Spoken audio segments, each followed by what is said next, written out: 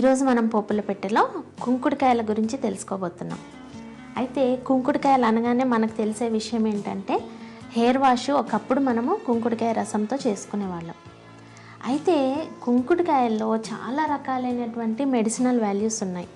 ఏంటి అంటే ఇది కుంకుడుకాయలు మెయిన్గా డిజిన్ఫెక్టెంట్స్, అంటే మనకు బ్యాక్టీరియా, ఫంగల్ ఇన్ఫెక్షన్స్, చుండు లాంటి ఇన్ఫెక్షన్స్ ఇలాంటి వాటిని కూడాను పోగొట్టడానికి కుంకుడుకాయ చాలా దోహదపడుతుంది. అయితే ఇదే కాకుండా కుంకుడుకాయకు చాలా రకాలైనటువంటి మెడిసిన్స్లో వన్ ఆఫ్ ద మంచి మేజర్ ఇంగ్రీడియంట్గా కూడా వాడుతూ ఉంటాము. ఇప్పుడు మైగ్రెయిన్ లాంటి హెడేక్స్లో దీని విత్తనాలని వాడుతూ ఉంటాం అన్నమాట.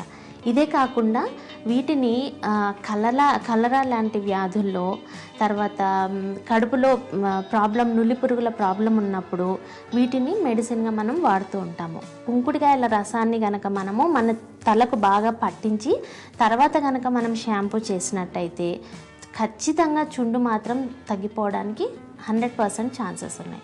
అయితే ఇదే కాకుండా మనము కుంకుడుకాయలను మన జ్యువెలరీని వాష్ చేసుకోవడానికి కూడా వాడుకోవచ్చు. నిగనిగలాడుతూ తలతల్లాడడానికి జ్యువెలరీ వాష్కు ఈ వాటర్ని యూజ్ చేయొచ్చు. అయితే మీకు ఒక ఇంట్రెస్టింగ్ పాయింట్ ఇక్కడ మనం ఒకటి తెలుసుకోవాల్సింది ఏంటంటే ఇది డిజిన్ఫెక్టెంట్ కాబట్టి మనం ఏం చేయొచ్చు, మనం రోజువారీ మన కూరగాయలు మనం ఏం చేస్తుంటామంటే ట్యాప్ వాటర్ కింద వాష్ చేసి కాసేపు నీళ్ళల్లో ఉంచి వండేస్తుంటాం. తద్వారా మనకి ఏం జరుగుతుంది అని అంటే వాటిలో ఉన్నటువంటి పెస్టిసైడ్స్, కెమికల్స్ ఏదైతే పంటలు పండించేటప్పుడు వాడుంటారో అవన్నీ కూడా లోపల కూరగాయల్లోకి అబ్జర్వ్ అయ్యి ఉంటాయి.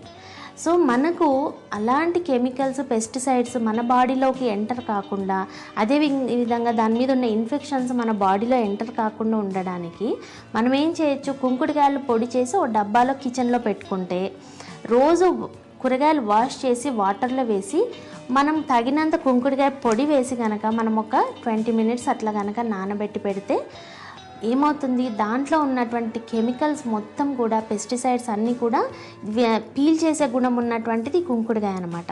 సో మొత్తం వితౌట్ పెస్టిసైడ్స్ మనం ప్యూర్గా మన వెజిటబుల్స్ తీసుకోవడానికి, దోహదపడడానికి ఈ కుంకుడుకాయ చాలా హెల్ప్ఫుల్. ఈ టిప్ మాత్రం తప్పక అందరూ పాటించి తెలుసుకోండి.